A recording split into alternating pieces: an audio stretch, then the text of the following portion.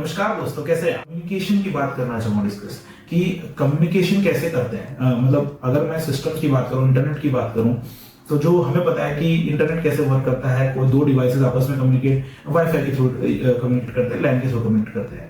But एक बार समझ के देखते हैं लेमन टर्म्स में कम्युनिकेशन एक्चुअल में कैसे होता है। एक्चुअल में वायर्स के थ्रू डेटा ट्रांसफर होता है या एक्चुअल में वाईफाई के थ्रू डेटा ट्रांसफर होता है।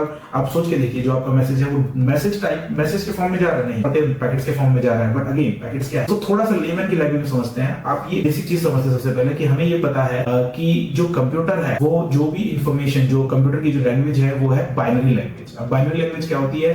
बाइनरी लैंग्वेज होती है 0 और 1। सिर्फ कंप्यूटर 0 और 1 समझता है। इन 0 और 1 का कॉम्बिनेशन जो है वो एक वर्ड बनाता है, वो एक लेटर बनाता है, वो एक सेंटेंस बनाता है, वो एक कमांड बनाता है।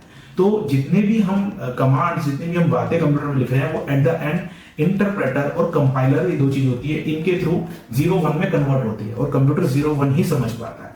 अब ये जो 0-1 है, ये एक्चुअली में क्या है? ये 0-1 अगर हम वायर्स के थ्रू भी सोचे कि डाटा ट्रांसफर हो रहा है, तो 0-1 कुछ नहीं है, एक हायर फ्रिक्वेंसी, एक लोअर फ्रिक्वेंसी है। तो ये 0-1 सिर्फ कॉम्बिनेशन ऑफ हायर फ्रिक्वेंसी और लोअर फ्रिक्वेंसी है। तो जो आपका डेटा ट्रांसफर होता है वो एक कॉम्बिनेशन ऑफ हायर फ्रिक्वेंसी और लोअर फ्रिक्वेंसी में जाता है, जिससे सेंडर और रिसीवर ये समझ पाता है कि वो डेटा को कन्वर्ट करता है और समझता है कि एक्चुअल में वो डेटा है क्या। तो इसी तरीके से कम्युनिकेशन काम करता है।